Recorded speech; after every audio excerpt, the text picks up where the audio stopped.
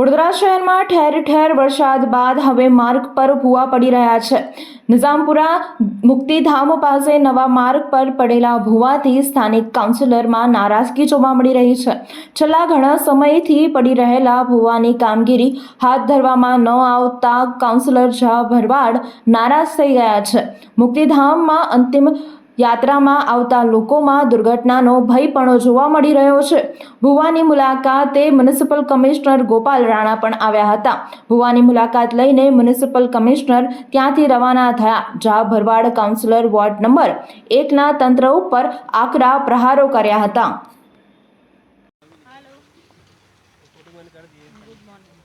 તમે કાલે ના મોકલે, આજે મોકલો. આજે તમે મોકલો.